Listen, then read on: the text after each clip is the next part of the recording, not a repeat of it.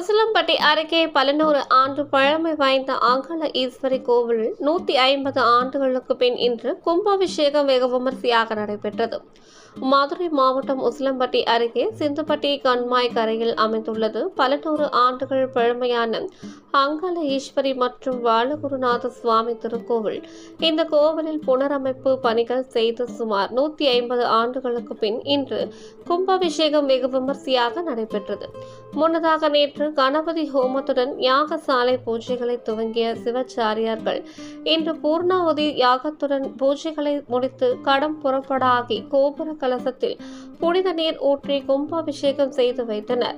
தொடர்ந்து மூலஸ்தானத்தில் உள்ள அங்காள ஈஸ்வரி மற்றும் பாலகுருநாத சுவாமிக்கு மஞ்சள், பால், பன்னீர், திருநீர் உள்ளிட்ட அபிஷேகம் செய்து சிறப்பு அலங்காரம் செய்து சிறப்பு பூஜைகள் செய்யப்பட்டது. இந்த கும்பாபிஷேக விழாவில் மதுரை, தேனி, திண்டுக்கல் உள்ளிட்ட பல்வேறு மாவட்டங்களில் இருந்து ஏராளமான மக்கள் கலந்து கொண்டு கும்பாபிஷேகம் தரிசனம் செய்தனர். விழாவில் கலந்து கொண்ட அனைவருக்கும் விழா கமிட்டியினர் சார்பில் அன்னதானம் வழங்கப்பட்டது.